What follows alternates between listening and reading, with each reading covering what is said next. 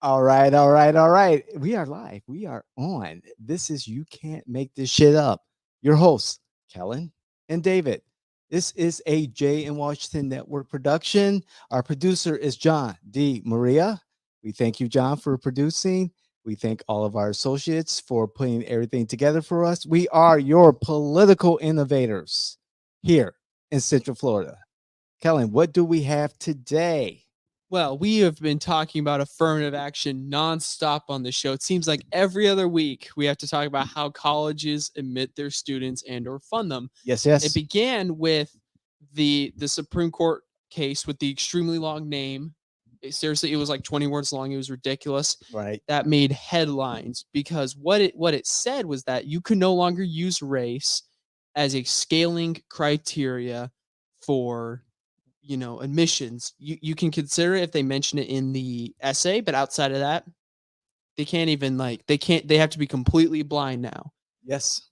which got very mixed opinions across the board. The action committee that pushed it through, not action committee, special interest group that pushed it through is the Students for Fair Admission, led by a man named Ed Blum. Yes. Then he started to continue. He went to West Point next. They're folding, and now the scope has expanded further. Now it's on to venture capitalist groups that fund, not the schools themselves anymore, but the groups that help provide for prospecting students. And well, one of those two venture capitalist groups they go after has folded. They totally agreed, and they got rid of their race selection process. News update: the other venture capitalist firm that funds programs for Black females entrepreneurs recently folded, and the lawsuit that the American Alliance for Equal Rights against this particular venture capitalist firm was dropped. Another win for Ed Blum. Affirmative action is no longer part of this program that was granting funds, grants. Yeah, it was heavily based Black women. for African American females. It was Yes, heavily skewed towards them, entrepreneurs. and now it's poof. Right. And so this continues the string of victories that Students for Fair Elections, American Alliance for Equal Rights, Ed Blum in general, decades of work and striking down affirmative action programs. And is it good for America? Is it not?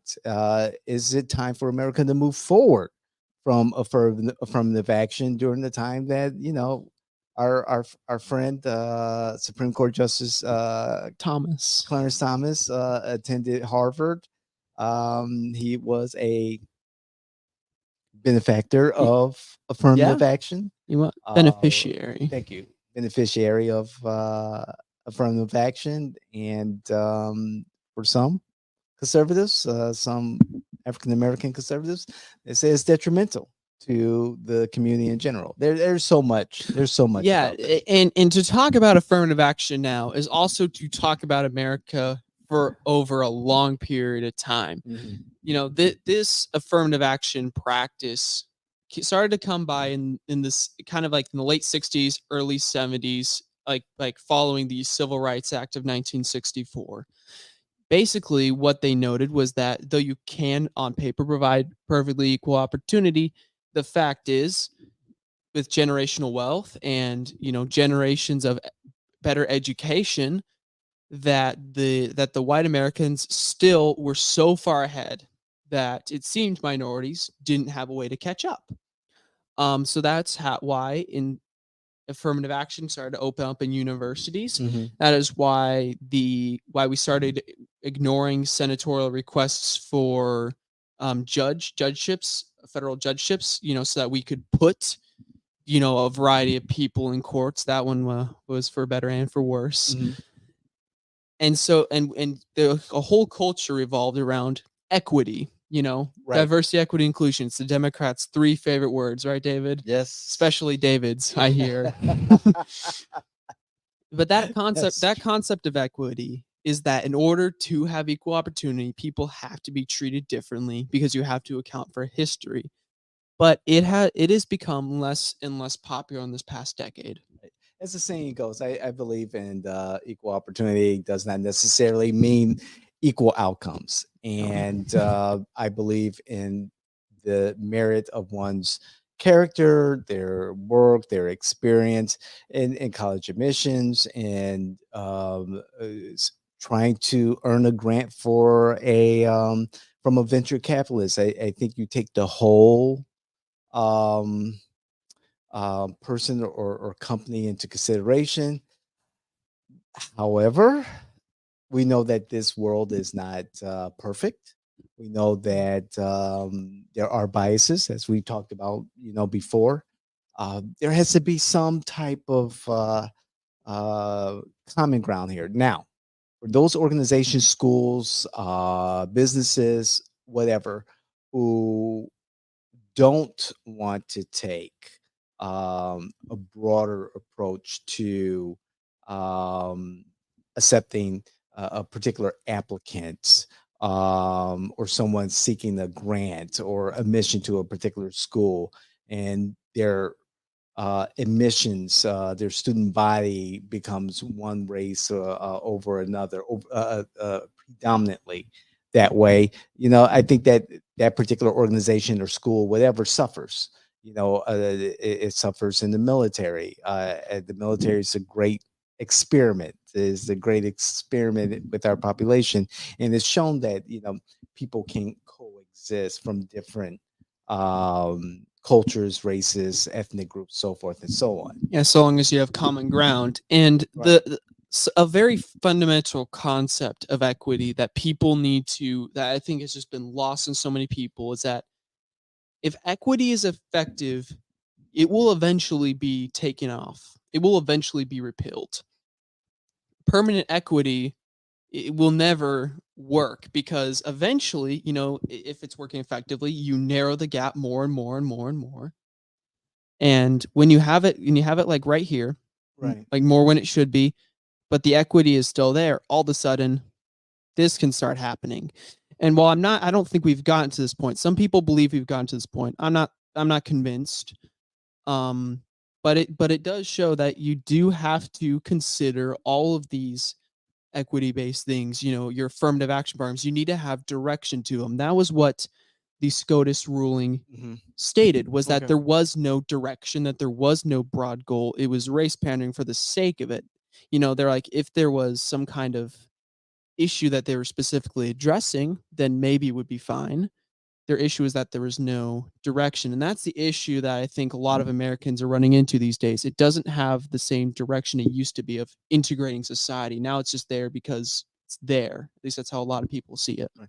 And now I think this is where I'll probably get some pushback, but this is what this show is all Stay about. tuned, Some guys. pushback, some commentary, some conversation with our community.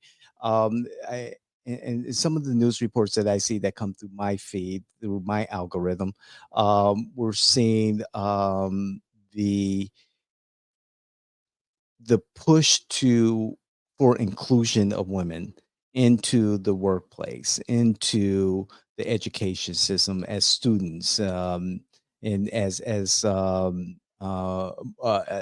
C-suite level participants. We're seeing more women now are college students. We're seeing more women graduate from college. We're seeing more women in the workplace making more than men. And so the argument that I'm seeing in my news feed is, okay, have we achieved Yeah. that? Has this happened? Has this Exactly. happened? Right. And and Right. and and what you also have to analyze is that every industry, every school, everything is a little bit different. You can note that there is a really bad pay gap in certain industries in favor of men, but in others that isn't the case. It's the same way we like to talk about, inflation just as an Mhm. unrelated issue. We like to talk about how, everything's at like 7% inflation, but that's not true. Different things, different products are at different levels of inflation. Like real estate is way more than 7%. Sure. And it's the same way with, inequality. It's not the same each place you go. Maybe there is a wage gap on average, but there's always a but. Mhm. In many places, it's non-existent, or favors women. Right. And ultimately, what we also need to confront is just the I don't want to say the truth, because perception is reality, but that different fields will always have different demographics. There are going to be more female teachers than men, even though there's nothing stopping men from being teachers. True. That's very true. Just as an example. It's very true. One of the fields that we're seeing a drastic, and I guess, yeah, I will say drastic change in the number of females entering politics, Yes. particularly on the liberal democratic side. We're seeing more and more females being recruited. I remember when Emily's List came into formation back in the 80s, and I believe it was 1984. I can't remember, but that number sticks out. Um, and every year since, it's been like the year of the woman, the year of the woman. And as I look, and I was talking to one of my political friends, and that person was saying, "Have you noticed that the Central Florida delegation is all women?" I was like, "No, no, no." And then I thought, it's like, well, Wait a minute. wait a second here. Well, and And there's that active push to to have yeah, more women and in government, at least on the liberal side. and And it's still there on the conservative side. It's not as aggressive a push, right, but many of them are actually very prominent now. You got your Lauren Boeberts, your Marjorie Taylor Greens, unfortunately. Representative Mace, Yes, you got Nikki Haley. Nikki Haley, yes, and of course the latest senatorial candidate from Arizona, Carrie Yes. Lake. Yes, Take that, Carrie Lake I still think for she's Trump gonna, VP. exactly. I still think she's number one on the list as Trump's Uh, VP pick. I think she's You doing her have own thing now. the governor of is it North Dakota or South Dakota? North Dakota is Doug Burgum, my guy. Thank you. South Dakota. but you see what we're saying here, right? That it is pushing its way through. Right. The glass ceiling is not as thick as it used to be. True. Which I think that shows that equity and societal pushes have been successful. Exactly. Exactly. These days it feels like a rare American win, but hey, look at that. We're doing better than ever in that department. And I think now it's more a question of how do we which affirmative action programs need to be phased out, which ones don't, Right. which equity-based programs need to be changed and which ones don't. And it's just a weird kind of question that we have to weigh, but I think it has been overly politicized, and if unified, we could create the best of both worlds, like properly looking at this objectively, but that's not what we have. It's always going to be slightly subjective. In this new age of no affirmative action, at least promoted by the government and other organizations that receive federal funding, it's the hope that organizations will continue to strive to um, be as diverse as possible, that the makeup of their organizations reflect the population, or at least reflect the people who benefit from the services or the goods that that particular yeah and here organization has. and I'm in the advertising public relations program at UCF, so I've been reading through some of my textbooks and whatnot, and what you notice is that public relations, they need to side with society. They need to figure out what people do. Okay. But diversity, support of LGBTQ community, policies like that have been found to be near universally good for business. Yes. I think that's the Yes. biggest difference we have now from back in the day when the affirmative action came back. Back then, many thought it was bad for business.